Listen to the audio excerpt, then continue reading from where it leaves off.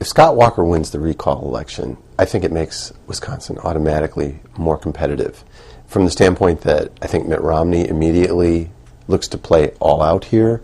It's a state that a Republican hasn't won since 1984, and his campaign is signaling that they see it as much more competitive from the standpoint that they can take those offices that Governor Walker had staffed and turn them into their own ground game. They will also have reams of data from the voters that they'll be able to pick through and sort out and see where they need to target.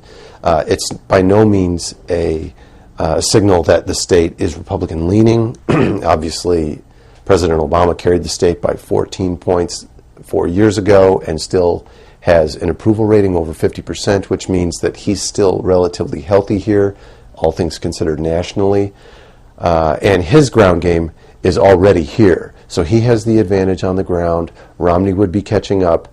But I think you could say that if Barrett were to win, that means that Obama would have the distinct advantage. A Walker win here means that I think Wisconsin will be a toss-up state heading into November.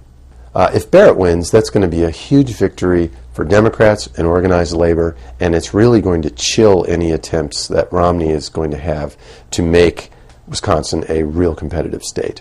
There are states in the upper Midwest like it, Wisconsin, Minnesota, Michigan, Pennsylvania, toward the east. But those are Democratic-leaning states that will take a cue also from Wisconsin to see that organized labor is strong, that the Democratic get-out-the-vote machine is strong, and that's going to, like I said, set back Republican attempts in any of those states. But Wisconsin is being watched right now as kind of an example of that.